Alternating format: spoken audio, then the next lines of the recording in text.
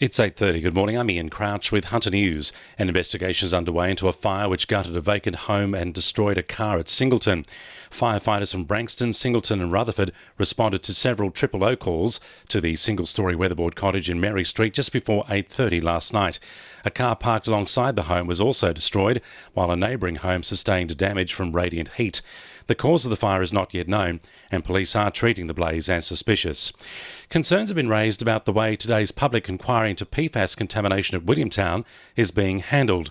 Some residents say their views won't be made known to the Senate inquiry because their submissions haven't been uploaded.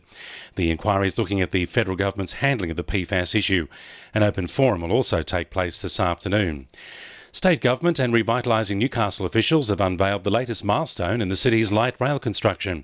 Track work on Hunter Street between Worth Place and Derby Street is now complete, meaning the stretch is now reopened to traffic. So far, 2,000 men and women have been involved in the major project, and Parliamentary Secretary for the Hunter, Scott McDonald, says the trams look set to begin operation by early 2019. Look, it is terrific to see it open. We talked about opening up the city. We talked about connectivity. It is happening. It really is wonderful to see. The light rail is certainly moving ahead on schedule, so that's also good to see, and that work continues up Hunter Street. A man who pleaded guilty to knocking down and killing the owner of a car he was driving at New Lambton on New Year's Day will be sentenced in November. The Herald reports Ivan Johnson Giel was driving his friend's car near the intersection of Railway Road and Wicken Street in the early hours of January 1 when he failed to notice him waving his hand to pull over. Johnson Giel braked and swerved but collided heavily with the victim before accelerating away from the scene, running over the critically injured man in the process. He's pleaded guilty to dangerous driving occasioning death and failing to stop to assist the victim. Although it's not really beach season, Port Stephens residents are being encouraged to head down to Barooby Point Surf Life Saving Club and get involved in their local council. Council will be holding a public meeting discussing topics which impact on the lives of residents, and it's part of Local Government Week, which tries to get the local community more engaged with the council. Mayor Ryan Palmer says it's the start of big things for council. So this is the first time during Local Government Week that we'll be taking council meetings to the community. We're starting with Central Ward, so this is in Barooby, and then following that we'll be having East Ward and West Ward in the coming years. We also have a number of events happening during Local Government Week, and you just need to visit the Port Stephens Council website to have a look at those. Students and teachers at Hunter Sports Hyde Gateshead will start enjoying new state-of-the-art facilities when they start Term 3 this morning.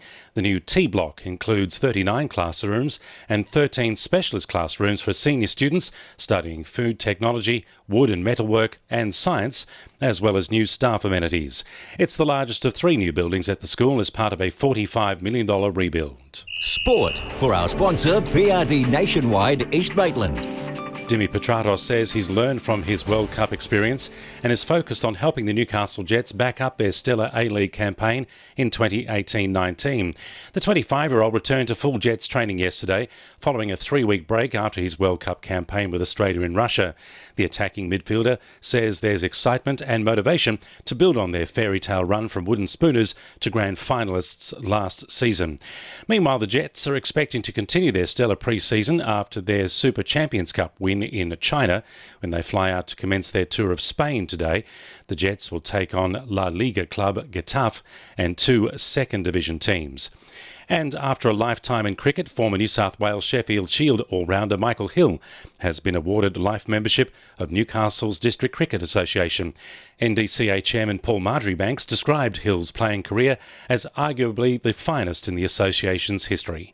And the winning numbers in Monday Lotto are 11, 26, 37, 34, 3 and 32, and the supplementaries are 38 and 27. 2NURFM News Time, 26 to 9.